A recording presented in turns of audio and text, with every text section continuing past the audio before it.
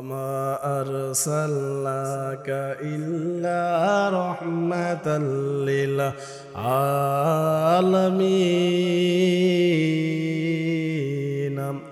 আমার নবী কেমন রহমত আল্লাহ পাক রব্বুল আলামিন নবীজিকে বিশ্ববাসীর জন্য রহমত স্বরূপ পাঠিয়েছেন। নবীজি যখন মায়ের পেটে আসলেন, আমিনা যখন বাহিরে যায়, বাহিরে থেকে আবার বাড়ির মধ্যে ফিরে আসে, শ্বশুর একদিন ডাক দিয়ে বললেন, আমিনা বাহিরে কেন যাও, আর কেন তুমি সুগন্ধি ব্যবহার করো? মানুষ তো খারাপ বলে, আর সুগন্ধি ব্যবহার করবা না। আমিনা ডাক দিয়ে বলেন, আব্বাজান দুনিয়ার কোনো আতর আমি ব্যবহার করি না,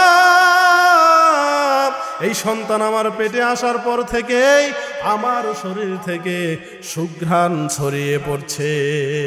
আর আমাদের মায়েরা সন্তান পেটে আসলে এমনভাবে টিভির সামনে বসে থাকবে, সিরিয়াল যেন টিভি সহ খাবে, ঠিক কি না? এমনভাবে বসে থাকে।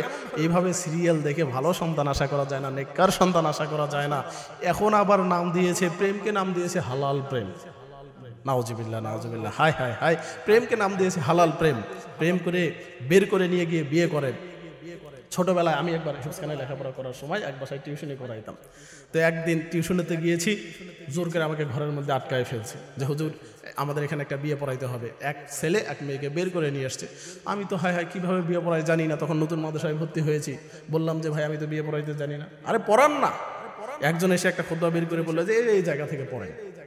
তো পড়লাম, খুতবা পড়লাম, বলে এখন দোয়া করেন। দোয়া কিভাবে করে আমি তো এর আগে কোনোদিন বাংলা দোয়া করি নাই। দোয়া ধরলাম যে আল্লাহ, এর আগে ফেরাউন আসিয়ার নাম শুনেছি, ওইভাবে দোয়া করলাম যে আল্লাহ এই স্বামী স্ত্রীকে, এই জুটিকে ফেরাউন আর আসিয়ার মতো করে দাও। ছেলের চাচা বলছে এই কাম সারছে হুজুর, দোয়া ছাড়ি দাও।